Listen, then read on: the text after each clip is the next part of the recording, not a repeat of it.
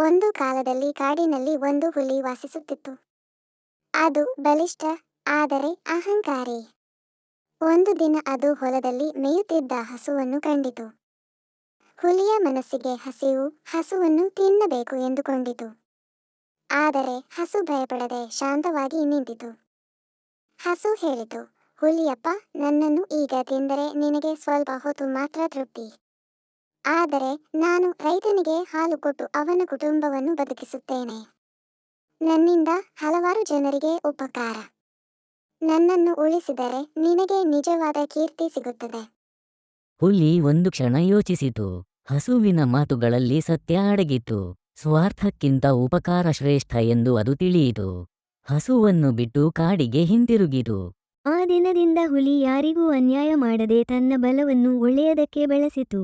ಪಾಠ: ಸ್ವಾರ್ಥಕ್ಕಿಂತ ದಯೆ, ಉಪಕಾರ ಮತ್ತು ಜ್ಞಾನವೇ ಶ್ರೇಷ್ಠ. ನಿಮಗೆ ಈ ಕಥೆ ಇಷ್ಟವಾದರೆ ದಯವಿಟ್ಟು ಮಹಾನ್ ಗುರು ಚಾನೆಲ್ ಅನ್ನು ಲೈಕ್ ಮಾಡಿ, ಶೇರ್ ಮಾಡಿ ಮತ್ತು ಸಬ್ಸ್ಕ್ರೈಬ್ ಮಾಡಿ. ಎಲ್ಲರಿಗೂ ಒಳ್ಳೆಯದು ಆಗಲಿ.